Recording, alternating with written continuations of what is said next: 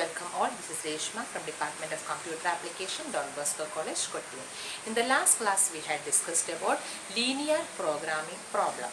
Linear programming problem എന്ന് പറയുന്ന ടോപ്പിക്കിൻ്റെ അകത്ത് linear programming പ്രോബ്ലത്തിൻ്റെ ഡെഫിനിഷനും എസെൻഷ്യൽ ഇൻഗ്രീഡിയൻസും കുറച്ച് എക്സാമ്പിൾസുമാണ് നമ്മൾ ലാസ്റ്റ് ക്ലാസ്സിൽ നമ്മൾ പഠിച്ചു തുടങ്ങിയത് അല്ലേ. ഇന്ന് നമ്മൾ പഠിക്കാൻ പോകുന്നത് the methods for solving a linear programming problem. Linear programming പ്രോബ്ലത്തിനെ സോൾവ് ചെയ്യാനായിട്ട് നമുക്ക് യൂസ് ചെയ്യുന്ന മെത്തേഡ്സും അവയുടെ സ്റ്റെപ്സിനെ പറ്റിയാണ് നമ്മൾ ഇന്ന് ഡിസ്കസ് ചെയ്യാനായിട്ട് പോകുന്നത്. So in order to solve a linear programming problem, we have two different methods. രണ്ട് വ്യത്യസ്ത മെത്തേഡ്സ് ആണ് നമുക്ക് ലീനിയർ പ്രോഗ്രാമിംഗ് പ്രോബ്ലം സോൾവ് ചെയ്യാനായിട്ട് നമ്മൾ സാധാരണയായിട്ട് യൂസ് ചെയ്യുന്നത്. The first one is graphical method and the second one is simplex method.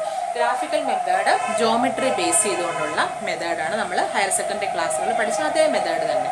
X ആക്സും Y ആക്സും ഒക്കെ വരച്ച് സ്ട്രെയിറ്റ് ലൈൻസ് ഉപയോഗിച്ച് ജോയിൻ ചെയ്ത് പോളിഗണൊക്കെ കൺസ്ട്രക്ട് ചെയ്ത് ഫീസിബിൾ റീജിയനെ കണ്ടുപിടിക്കുന്ന സെയിം മെത്തേഡ്. അത് തന്നെയാണ് ഗ്രാഫിക്കൽ മെത്തേഡ് എന്ന് പറയുന്നത്.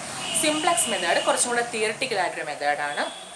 അപ്പോൾ നമ്മൾ ഈ സിലബസിനകത്ത് എന്ത് വന്നിട്ടില്ല, സിംപ്ലക്സ് മെത്തേഡ് ഇൻക്ലൂഡ് ചെയ്തിട്ടില്ല. നമുക്ക് എന്ത് തന്നെയാണ് പഠിക്കാനുള്ളത്, നമ്മൾ ഗ്രാഫിക്കൽ മെത്തേഡ് പഴയ പഠിച്ച അതേ മെത്തേഡ് തന്നെയാണ് നമ്മൾ ഇപ്രാവശ്യവും ഈ സിലബസിനകത്ത് നമ്മൾ ഫോളോ ചെയ്യുന്നത്. ആ ഗ്രാഫിക്കൽ മെത്തേഡ് ഉപയോഗിച്ച് നമ്മൾ എപ്രകാരം ലീനിയർ പ്രോഗ്രാമിംഗ് പ്രോബ്ലത്തെ സോൾവ് ചെയ്യുന്നു എന്നതിനെ പറ്റി ഒന്ന് ഡിസ്കസ് ചെയ്തതിന് ശേഷം അതിൻ്റെ പ്രോബ്ലം പാർട്ടുമാണ് നമ്മുടെ സിലബസിനകത്ത് ഇൻക്ലൂഡ് ചെയ്തിട്ടുള്ളത്. സോ ഗ്രാഫിക്കൽ മെത്തേഡ് എന്താണെന്നുള്ള ചെറിയൊരു ഐഡിയ നമുക്കുണ്ട് ഓൾറെഡി. ആ ഗ്രാഫിക്കൽ മെത്തേഡിനകത്ത് നമ്മൾ ഉപയോഗിക്കുന്ന സ്റ്റെപ്സ് എന്തൊക്കെയാണെന്നുള്ളതിനെ പറ്റി നമുക്ക് ജസ്റ്റ് എന്ത് ചെയ്യാം, ഒരു ബ്രഷിംഗ് അപ്പ് നടത്താം. There is a steps for solving linear programming problem using graphical method. Graphical method ഉപയോഗിച്ച് linear programming problem നമ്മൾ എപ്രകാരം സോൾവ് ചെയ്യും, നമുക്ക് എന്താ പറയുക, മെത്തേഡ് നമുക്കറിയാം.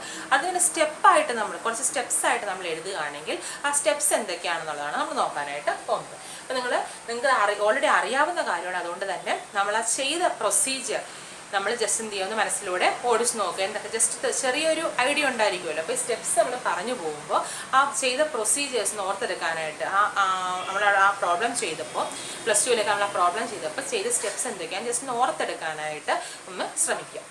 The first step is each inequality in the constraints may be written as equality. ആദ്യം നമ്മൾ ചെയ്യുന്നത് എന്താണ്, ലീനിയർ പ്രോഗ്രാമിംഗ് പ്രോബ്ലത്തിനെ ഗ്രാഫിക്കൽ മെത്തേഡ് ഉപയോഗിച്ച് സോൾവ് ചെയ്യാൻ നമ്മൾ ആദ്യം ചെയ്യുന്നത് ആ തന്നിട്ടുള്ള ലീനിയർ പ്രോഗ്രാമിംഗ് പ്രോബ്ലത്തിൻ്റെ കൺസ്ട്രെയിൻസ് എപ്പോഴും എന്തിൻ്റെ ടേംസിലായിരിക്കും, ഇനീക്വാളിറ്റി ടേംസിലായിരിക്കും അല്ലേ, ലീനിയർ കൺസ്ട്രെയിൻസ്. ആ ലീനിയർ കൺസ്ട്രെയിൻസിനകത്തുള്ള ഇനീക്വാളിറ്റിയെ മാറ്റിയോടെ എന്താക്കുക, ഇക്വാളിറ്റി ആക്കി മാറ്റുക. അതാണ് എഴുതിയിരിക്കുന്നത്. Each inequality in the constraints may be written as equality.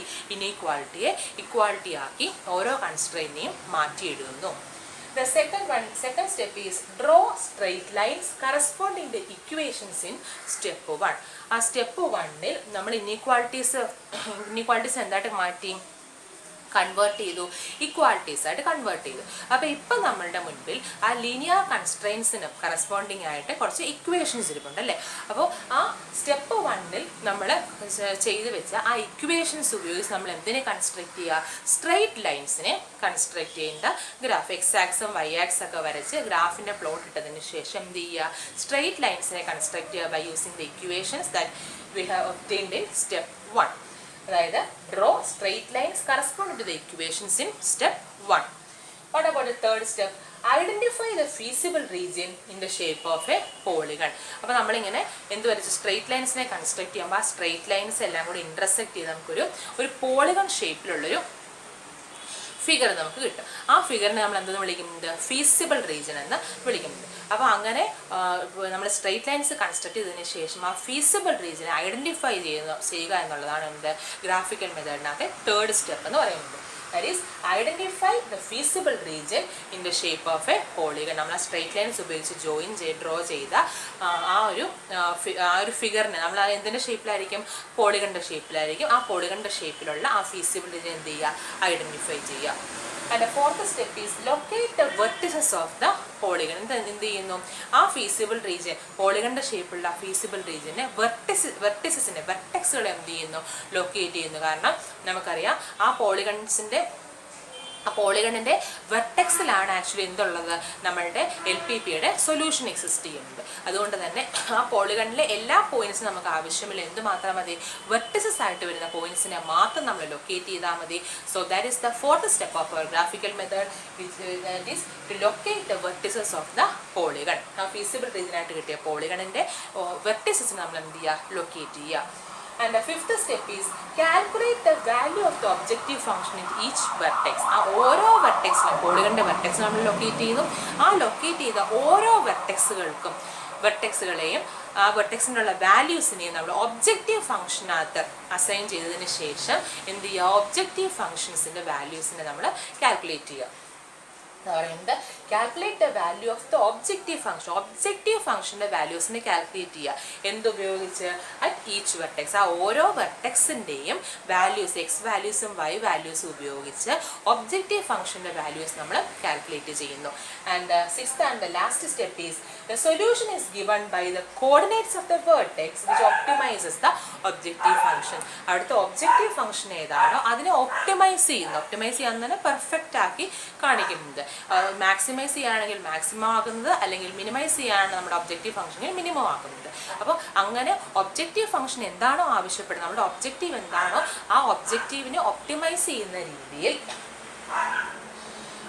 ഏത് വെർട്ടെക്സ് ആണോ ഒബ്ജക്റ്റീവ് ഫംഗ്ഷനെ സാറ്റിസ്ഫൈ ചെയ്യുന്നത് ആ വെർട്ടെക്സിൻ്റെ വാല്യൂസ് നമ്മൾ എന്തായിട്ട് എടുക്കുക, സൊല്യൂഷനായിട്ട് കൺസിഡർ ചെയ്യുക എന്നാണ് പറഞ്ഞിരിക്കുന്നത്.